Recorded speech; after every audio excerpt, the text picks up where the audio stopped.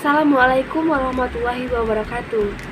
Saya Fitri Azizah dengan NIM 2002-3012, Program Studi Pendidikan Statistik. Di sini saya akan membahas materi mengenai paragraf, yang mana ini bertujuan untuk memenuhi ujian tengah semester mata kuliah Bahasa Indonesia.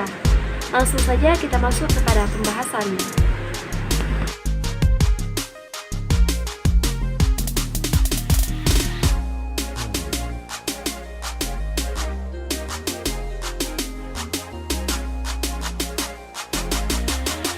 Paragraf adalah suatu kumpulan dari suatu kesatuan pikiran yang kedudukannya lebih tinggi serta lebih luas daripada kalimat. Lalu, bagaimana dengan struktur dan unsur-unsur paragraf? Yang pertama, struktur paragraf yaitu posisi paragraf, batasan paragraf, dan kegunaan paragraf. Sedangkan unsur-unsur paragraf yaitu transisi, kalimat topik, kalimat pengembang, dan kalimat penegas atau penjelas. Berikutnya syarat paragraf. Yang pertama kesatuan, yaitu semua kalimat yang membangun paragraf secara bersama-sama menyatakan satu hal atau satu tema tertentu. Yang kedua kepaduan, adalah kekompakan hubungan antara suatu kalimat yang satu dengan kalimat yang lain yang membentuk suatu paragraf kepaduan yang baik. Yang ketiga kelengkapan, ialah suatu paragraf yang berisi kalimat-kalimat penjelas yang cukup untuk menunjang kalimat topik. Yang keempat, panjang paragraf. Panjang paragraf pada setiap tulisan tidaklah sama, tergantung pada beberapa jauh atau dalamnya suatu bahasa atau tingkat pembaca yang menjadi sasaran. Yang kelima, pola susunan paragraf. Rangkaian pernyataan dalam paragraf harus disusun menurut pola yang taat asas.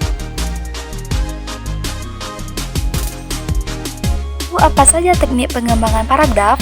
Teknik pengembangan paragraf yang pertama yaitu secara alami, yang kedua klimaks dan anti klimaks, yang ketiga perbandingan dan pertentangan, yang keempat contoh-contoh, yang kelima definisi luas, dan yang keenam sebab akibat. Manfaat paragraf. Yang pertama, mengekspresikan gagasan tertulis dengan memberi bentuk suatu pikiran dan perasaan ke dalam serangkaian kalimat. Yang kedua, menandai peralihan gagasan baru bagi karangan yang terdiri dari beberapa paragraf. Yang ketiga, untuk memudahkan penulisan dalam menyusun gagasannya. Yang keempat, untuk memudahkan pengembangan topik sebuah karangan. Dan yang kelima, untuk memudahkan pengendalian variabel.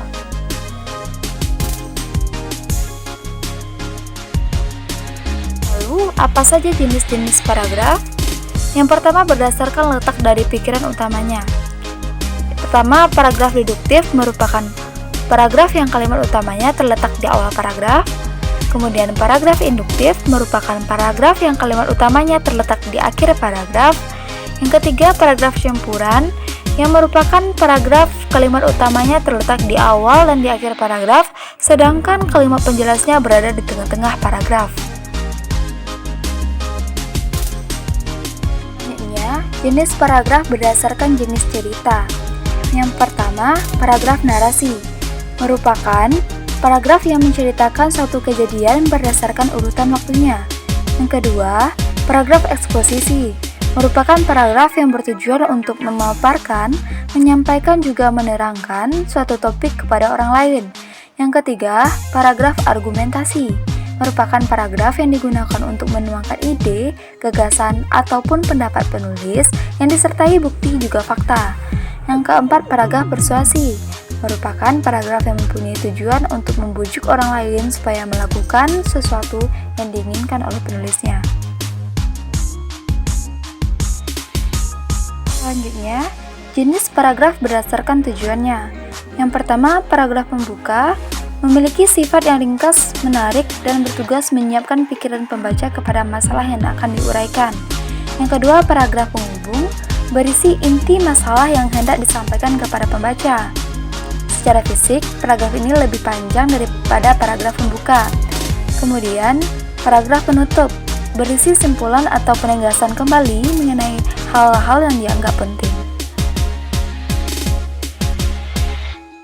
Kemudian yang terakhir, jenis paragraf berdasarkan isi. Yang pertama, paragraf deskripsi ditandai dengan kalimat utama yang tidak tercantum secara nyata dan tema paragraf tersirat dalam keseluruhan paragraf. Yang kedua, paragraf proses ditandai dengan tidak terdapatnya kalimat utama dan pikiran utamanya tersirat dalam kalimat-kalimat penjelas yang memaparkan urutan suatu kejadian atau proses. Yang ketiga, paragraf efektif adalah paragraf yang memenuhi ciri paragraf yang baik. Paragrafnya terdiri atas satu pikiran utama dan lebih dari satu pikiran penjelas. Baiklah, sekian dulu materi yang dapat saya sampaikan. Lebih dan kurangnya saya minta maaf. Dan harapannya, semoga ini dapat bermanfaat bagi para pendengar dan bagi diri saya sendiri. Sekian, saya sudahi dengan Assalamualaikum warahmatullahi wabarakatuh.